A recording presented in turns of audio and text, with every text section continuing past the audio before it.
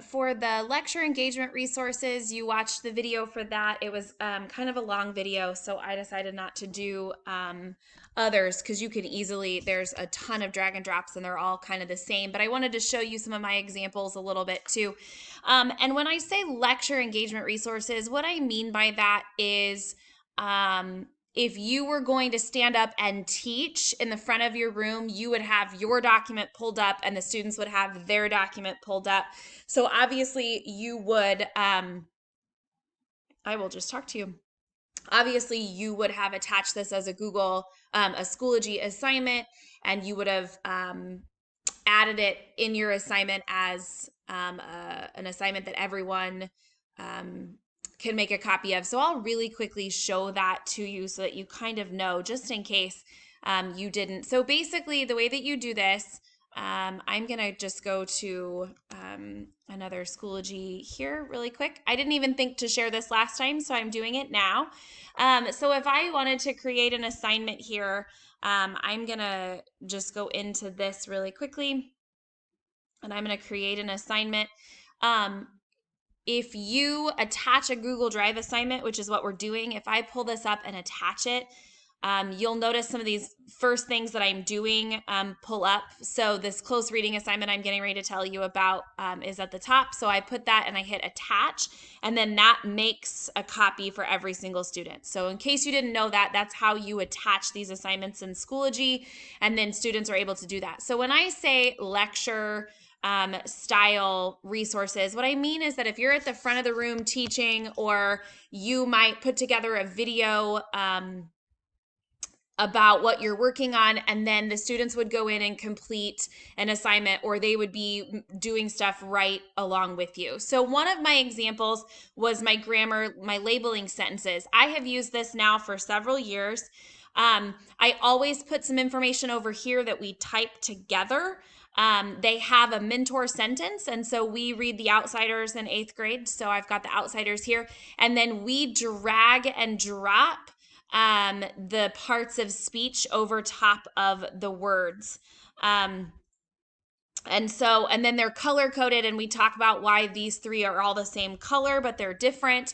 I've used full words when I have these.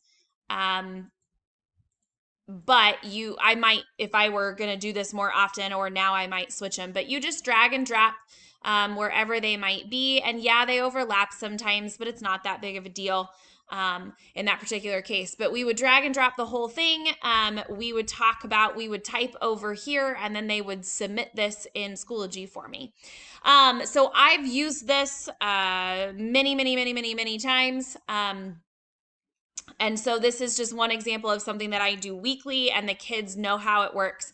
This is one that I put together this time around. I used the skills we learned in the last set of videos and folders of taking a snapshot and making it the background. So you can see here, I can't move this because this is the background. I always put little directions over here, usually in a yellow box that's pretty loud. This one just says, after completing each step in close reading, they would drag and drop. So this might be an assignment that I have done where we've already talked about close reading. And so they can drag the X and they would drop it next to each assignment or each step as they finish this. And so this is actually something that I did this past year with 8th graders. So I was thinking about what could I put and make into a quick drag and drop type assignment that I actually use. So then they would come down to this close reading. You can see here off to the side, I've kind of put things for them to use, but then I showed you roughly in the story where it might work. So if they didn't know a word, they could drag and drop, or drag the circle over. They could change its size if needed. I would probably do some sort of video, but to the best of their ability, they can, sometimes arrows are better. They can move the circle over to a word they don't know. This one says theme, so there's an arrow here pointing to the sentence where it discusses theme. I might have the students, if they use it, color it so that it's a different color, or I might have made all these a different color, but you can see that they can drag and drop. Same thing for character traits. So they can, I'll do this a different color. They can take the character traits, they can drag it over to the side here. They can even move this to point to the place and then discuss where their character trait is at, or what character trait they're looking at, or what they're seeing. I have little summary boxes here. Again, I could probably make them a different color, but at the end of each paragraph, they type a really quick summary. They can underline interesting words or phrases. So like this phrase right here is really interesting. So they can take the underline and they can move it over to underline that particular piece. And then the star is already in here. I probably should make it a little bit of a different color to indicate an interesting word choice, which was up here. So I kind of followed through each of these steps.